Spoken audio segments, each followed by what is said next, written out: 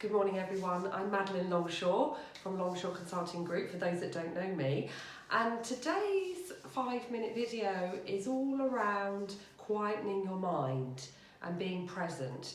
So some people call it presence, some people call it quiet mind, some people call it in the zone.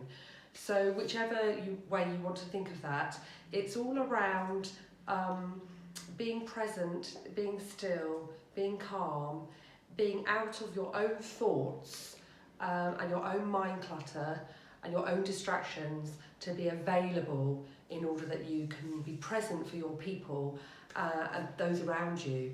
So in a way, this is a really easy technique for all of us to do at this time, and it's something especially for managers if you're leading a team remotely. It's something that just takes a few minutes every day. I've just been getting my quiet mind just before doing this video, and I'm noticing I feel very still, very calm. The kids are playing in the garden and the cat is eating from its bowl. But actually I also feel very present, connected and centred, and my voice has got slightly deeper. And I do this technique before I speak to my coaching clients. So when I'm having either a face-to-face, which I'm not at the moment, I often take a few minutes in the car or outside the building where I'm meeting, where I just do this technique of quietening my mind, and I'm going to lead us through a technique that we can all do together, and it's essentially about breathing. So, and also if it's a telephone call or a Zoom call, I always build in those few minutes to just do that connecting, that centeredness. So yesterday's video was all about listening and listening at the 3 levels. And this really helps us keep out of that level 1. And just to remind us all, level 1 is when we have that mind chatter, those judgments, those assumptions, where we're listening to someone but we're not really listening. We want to jump in. And we've all been there, and it's so easy to do. But what we want to do is to be present, to be really tuned in, to be engaged, to hear the words, to hear the tone of the voice, to see the person and to really connect with them and what's going on, and to connect with intuitively with the sense and the feeling. So powerful at this time where people are feeling physical disconnection, to really sense, I see you, I hear you, I get you. That empathy and that compassion is what's really missing at the moment. It's what people are really feeling that they need. And as a leader, compassionate leadership is one of the things that's really going to make the difference at this time and take your team from good to great. There's no need for a team to stand still, you know, so we can actually be growing and learning. And I know already in the 2 weeks that I've been at home how much I've grown and how much I've come out of my comfort zone. So why would I want to do this technique? So as a manager and a leader, and for all of us, it allows us to have better listening. And that essentially, listening is one of the key foundations to communication skills. So if we listen, we'll understand our people and we'll really get to the source underneath of what's going on for them. We'll understand them and hear their views, hear their comments, hear their ideas. You know, as a family unit, that's what we've been doing several times during the day. What's going on for you? What do you need right now? It's being present and engaged with the other people around you, either at work or outside work. It allows us to have trust and rapport and build really quality relationships. And, you know, whilst it sounds like a calming, quiet presence, which it is, it also allows us to be in the zone, to be at our best. And this is why athletes use this technique. And if you're watching them on the telly, Olympic athletes as they're preparing, or footballers or rugby players or whatever your sport, swimmers, you'll see that a lot of professionals have a technique where they get into their zone. So it might be rubbing their hands, it might be feeling a chain, it might be brushing their thighs.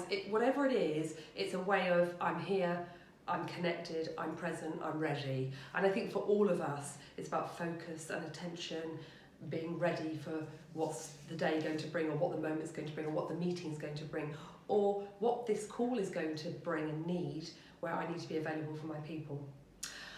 So that's the context, and I hope that's given you a good feeling. It was probably my biggest stretch, learning to be a coach, because I'm extrovert and I like to talk. So just learning to be still, be present, be quiet, I saw very quickly it allowed my coaching clients to do the talking, and to become present in themselves. And I often found at the beginning of coaching sessions, I said, let's just take a few minutes to get our presence and to get into quiet mind, and we do it together. So this is something that you can do at the beginning of a meeting or the beginning of a session as well.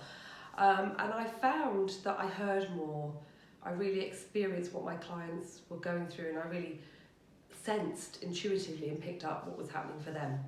So what I'd invite us to do now is to do what I do, which works for me, and you will have your own variations of this. This is just one way to get into quiet mind, but it takes about a minute, and it's really essentially a breathing exercise. So for those of you that do mindfulness or any meditation, it's going to be very similar to this.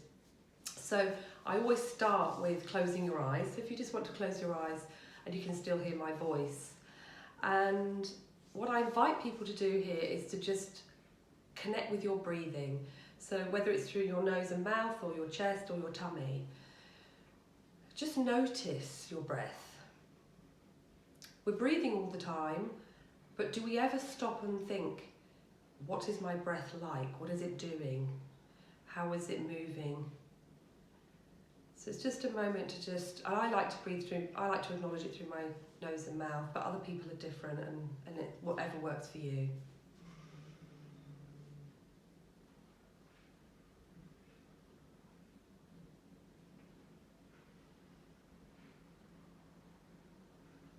And while you're noticing your breath, you find that you can hear things that are happening. So I can hear the whir of the dishwasher, I can hear the cat drinking some water, I can hear my youngest son out in the garden. And it's good, it sort of makes you notice things that perhaps you didn't notice before. And thoughts might be popping in, questions, ideas. What is this exercise about? What's the point? Where is this going to get to? Could be judgmental, critical thoughts. Just acknowledge those thoughts and let them drift away. Just as if you were a tiny pebble at the bottom of a riverbed. You're deeply rooted into the bed of that river, but you notice the ripples, you notice what's happening around you, and you can let them go downstream. So that's the thoughts. Let them go downstream.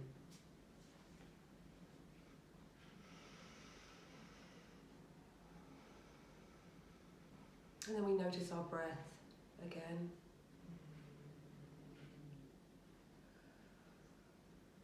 Very calm. I'm noticing I'm feeling very calm and still, but also very focused and alert. And we just finish this exercise with 3 deep breaths.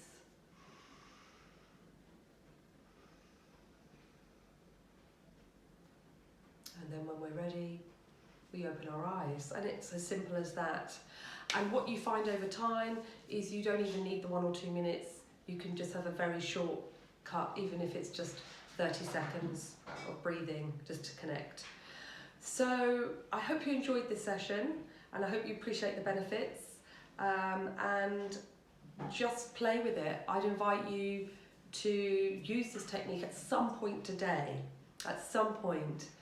Whether it's before a meeting, whether it's before a telephone call, whether it's before an important piece of work. Just take those few moments and just notice and acknowledge the difference, and write it down. Write it down in a journal or a book somewhere, or on your iPhone, and see, replay back. What was the difference? What was the difference of me doing this technique now, today, versus me usually? Because I can honestly say this is probably the technique that's made the biggest difference to me as a coach, and the biggest difference to me as a mother and a friend. So yeah, give it a go, and I'll see you tomorrow. Bye for now.